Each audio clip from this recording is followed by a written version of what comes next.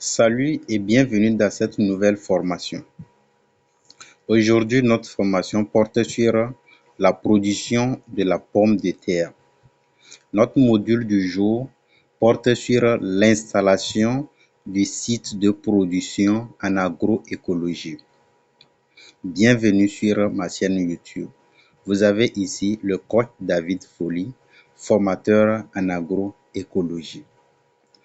Dans cette vidéo, nous allons parler des critères à prendre en compte dans le cadre de l'installation d'un site maraîcher selon les principes de l'agroécologie. Dans le cadre de l'installation de notre site, nous avons en première position le choix du site de production. Il faut savoir que le choix du site de production doit être effectué en se basant sur certains critères. C'est-à-dire que le site doit jouir de certains critères. Et c'est en se basant sur ces critères qu'on peut choisir un quelconque terrain en tant que site de production. Donc nous avons en première position le choix du site. Donc, avant de choisir un site pour une quelconque production, il faut d'abord connaître les exigences de la production que vous voulez faire. Parce que les spéculations ont des exigences vis-à-vis du sol. Donc, il y a certaines spéculations qui ont besoin des sols sablonneux argileux. Il y a d'autres qui ont besoin des sols entièrement sablonneux. D'autres qui ont besoin des sols entièrement argileux. Donc, il faut tenir compte de la spéculation qu'on veut faire pour choisir en fait le site. Donc, étant donné que dans cette formation, nous voulons faire la production de la pomme de terre, nous devons tenir compte des exigences de la pomme de terre pour en faire notre choix. Donc, il faut savoir que de façon générale, la pomme de terre s'adapte le mieux sur les sols à prédominance sablonneux. Les sols à prédominance sablonneux. Est-ce que vous voyez? Et il faut connaître la famille de la pomme de terre. À quelle famille appartient la pomme de terre? Et ici, si nous cherchons à connaître la famille à laquelle appartient la pomme de terre, pour voir un peu les cultures antécédentes, les cultures qui ont été déjà effectuées sur le terrain, pour voir si déjà le terrain n'a pas été utilisé pour la production d'une spéculation appartenant à la même famille que la pomme de terre. Il faut savoir que la pomme de terre appartient à la famille des Solanacées. Jusqu'elle est des catégories des légumes racines. Mais elle appartient à la famille des Solanacées. Ici, si on parle de la famille des Solanacées, on veut un peu parler de quoi? De la tomate, on veut parler du piment, on veut parler de l'aubergine. Donc là où vous voulez faire la production de la pomme de terre, veillez à ce que les spéculations que je viens de citer ne soient pas être effectuées déjà sur le site l'année passée. Et pourquoi ce conseil?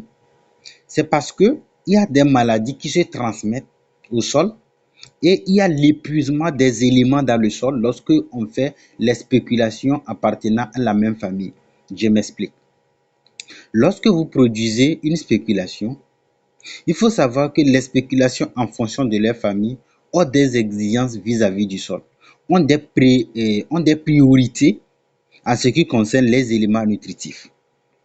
Donc, étant donné que les spéculations ont des exigences ou bien des priorités en fonction des éléments, et ici, si je parle des éléments, je vais un peu parler du NPK. Donc, il faut savoir que les légumes ont des exigences en fonction de ces éléments. Et les légumes appartenant à la même famille ont pratiquement les mêmes exigences. Donc, si vous faites la rotation sur une même parcelle avec les légumes appartenant à la même famille, vous voyez un peu la concurrence à laquelle vous soumettez en fait la production. Déjà, il faut noter que la spéculation que vous avez produite d'avance a déjà épuisé en grande quantité un élément nécessaire à cette spéculation ou bien à la famille de ces spéculations. Et donc, lorsque vous amenez encore autres légumes appartenant à la même famille, vous allez voir que le légume là n'aura pas la quantité suffisante d'éléments pour pouvoir se développer. C'est pour cela, quand vous voulez faire la production, lorsque vous voulez faire le choix du site, il faut tenir compte de la spéculation antécédente, c'est-à-dire la spéculation qui a été produite d'avant. Et ainsi, vous devez, lors du choix du site, vous devez voir cet aspect. Après cet aspect, il faut voir si le site en dispose de l'eau. Parce que la production maraîchère se fait sur la base de l'eau. Même la délimitation de la parcelle à produire doit être effectuée en fonction de la disponibilité de l'eau. Sans l'eau, vous ne pouvez pas faire la production. Donc, lorsque vous voulez se lancer dans la production, rassurez-vous qu'il y a l'eau sur le terrain. Après l'eau, rassurez-vous également de la sécurité du terrain parce que il va falloir qu'il y ait la sécurité. Et cette sécurité doit être vis-à-vis des animaux, vis-à-vis de l'eau. C'est-à-dire, si je parle ici de l'eau, je vais parler un peu de l'érosion. Vis-à-vis de l'érosion, même vis-à-vis des êtres humains. Il faut voir ces sécurités. Et dans le cas où vous voyez que ces sécurités sont menacées, pensez à instaurer la sécurité de votre site. Pensez à instaurer la sécurité de votre site. Donc, après la vérification de la culture antécédente, on vérifie la disponibilité de l'eau en quantité comme en qualité. Après, on vérifie la sécurité du site. Et lorsque vous avez ces choses vérifiées, on se dit déjà que si ces choses étant vérifiées sont confirmées positives, on peut déjà choisir ce site pour la production. Maintenant, autre aspect, c'est de voir si le sol de ce site répond à l'exigence de la spéculation que vous voulez mettre en production. Et lorsque le sol du site répond à l'exigence de la spéculation, c'est que déjà ce site peut être choisi pour la production de cette spéculation. Donc voilà un peu les critères sur lesquels il faut se baser pour choisir le site de la production. Maintenant, nous allons maintenant parler de l'aménagement. Après avoir choisi le site, on passe à l'aménagement. Et lorsque vous voulez faire l'aménagement, quelles sont les activités que vous devrez faire? Il faut savoir que lorsque le producteur veut se lancer, dès qu'il n'a pas un site aménagé, la première des choses à faire, c'est de penser à aménager son site en fonction de la production qu'il veut faire. Ainsi, d'une manière générale, il faut noter que l'aménagement commence par quoi? Par le défrichage. Lorsqu'il y a des mauvaises herbes, il faut penser à racler ces mauvaises herbes, débarrasser le terrain des mauvaises herbes, ordonner les arbres qui sont sur le terrain. Parce qu'il y a souvent des arbres, mais ce n'est pas tous les arbres qu'il faut couper. Donc, nous, on parle d'une façon d'ordonner les arbres qui sont sur le terrain et non de débarrasser les arbres. Il faut ordonner les arbres. Parce qu'on a besoin des arbres sur le terrain, en fait. Et au cas où il n'y a pas les arbres, il faut même penser à y mettre. Parce qu'on a besoin d'un microclimat. On a besoin d'un environnement créé. On a besoin d'un agrosystème. Et l'agrosystème, il faut noter que c'est en fait un écosystème dans lequel s'effectuent les activités agricoles. Et qui parle d'écosystème, parle de la faune et de la flore. Est-ce que vous voyez? Et qui parle de l'agrosystème, parle des fondamentaux de cet agrosystème. Et pour parler des fondamentaux de l'agrosystème, il faut savoir qu'on doit citer les arbres. Il y a les arbres qui font partie de ces fondamentaux. Donc, lorsque vous procédez à l'aménagement de votre site, pensez aux arbres. Pensez au respect de la technique de l'aménagement en ce qui concerne le labour. Parce que dans le cadre de la gestion de l'agrosystème, on parle des principes de gestion du sol. Et dans les principes de gestion du sol, on pense aux bonnes méthodes de labour. Parce qu'il y a des méthodes de labour qui ne répondent pas aux bonnes pratiques agricoles. Et lorsqu'on parle du cadre de la gestion de l'agrosystème, on parle également du paysage. Quel paysage garantir pour votre agrosystème? On parle du paysage, on parle de l'homme. Et ici, si on parle de l'homme dans le contexte de l'agrosystème, on parle de l'effet ou bien de l'impact que doit poser l'homme sur l'agrosystème. Et dans le cadre de l'agriculture écologique, nous préconisons des impacts positifs de l'homme envers l'agrosystème. Donc, sachez que dans le cadre de la production agroécologique, il y a beaucoup de normes que vous devez respecter. Et ce qui est intéressant, c'est que le respect de ces ordres confère le bon fonctionnement de l'agrosystème. Donc ce soir, nous parlons de l'installation d'un site de production. Donc après avoir fini de débarrasser les mauvaises herbes, d'ordonner les arbres, on passe maintenant au labour. Et quand vous voulez labourer, respectez les bonnes pratiques agricoles.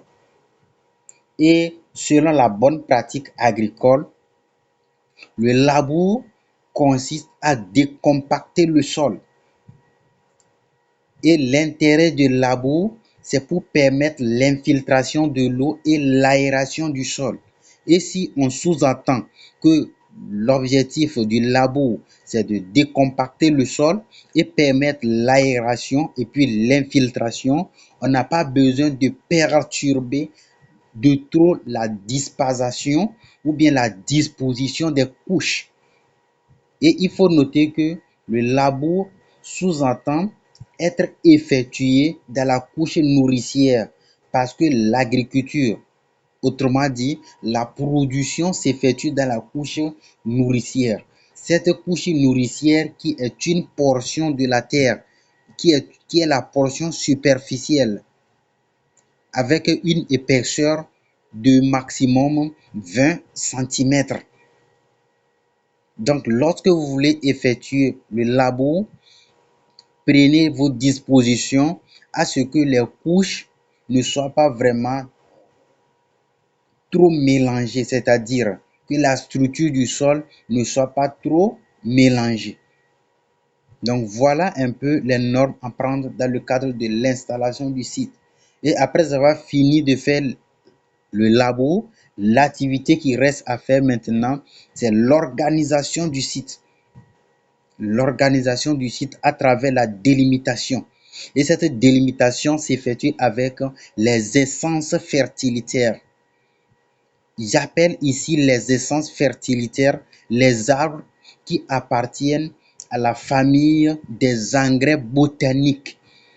Et je cite ici les engrais botaniques, les arbres dont les feuilles renferment les nutriments.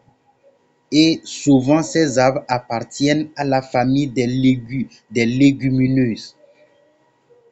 Donc, ce sont des arbres, par exemple, que vous pouvez utiliser pour la délimitation et le parcellement de votre site de production. C'est ça un peu l'installation d'un site. La production ne s'effectue pas au hasard. La production ne s'effectue pas à la volonté, mais la production s'effectue à partir de certaines normes. Il y a des normes à prendre en compte dans le cadre de l'installation de votre site. Donc, lorsque vous voulez installer votre site de production, il faut savoir qu'il y a des normes à prendre en compte, il y a des règles à prendre en compte. Et ces règles que vous prenez en compte vont dans vos intérêts. Donc, après avoir fini de faire les parcellements et tout, vous pensez maintenant à faire l'irrigation. On fait l'irrigation. On met l'eau en place. Parce que sans l'eau, on ne peut pas faire la production. Sans l'eau, on ne peut pas faire la production. Donc, notez bien que l'irrigation fait partie de l'installation du site. Et pour faire l'installation du site, dans le cadre de l'installation du système d'irrigation, il faut l'implantation d'un système qui répond aux exigences de votre culture. Nous avons plusieurs types de systèmes d'irrigation, mais l'irrigation à adopter doit dépendre de la spéculation que vous voulez produire en fait. Et en mettant en place le système d'irrigation répondant aux besoins de la spéculation, vous allez voir que l'arrosage est facile et la production réussit facilement. Donc, après avoir mis en place, après avoir installé le système d'irrigation, on pense maintenant à la fertilisation. La fertilisation de fond fait partie de l'installation du site.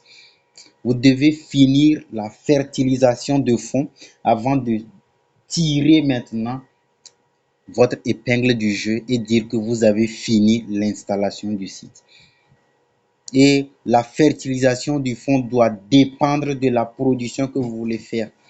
Il faut savoir que la pomme de terre, qui est la spéculation de base de notre formation, demande vraiment une fertilisation basée sur une matière organique entièrement décomposée. Il faut une matière organique entièrement décomposée pour éviter les maladies cryptogamiques. Il faut savoir que souvent la pomme de terre est sensible aux maladies cryptogamiques, c'est-à-dire les maladies d'ordre fongique, qui sont des maladies relatives au sol. Donc voilà de façon résumée notre cours de ce soir qui porte sur l'installation d'un site de production. Donc si vous voulez installer votre site, voilà en fait quelques conseils à prendre en compte. Donc merci beaucoup d'avoir suivi ce cours et nous vous invitons à s'abonner.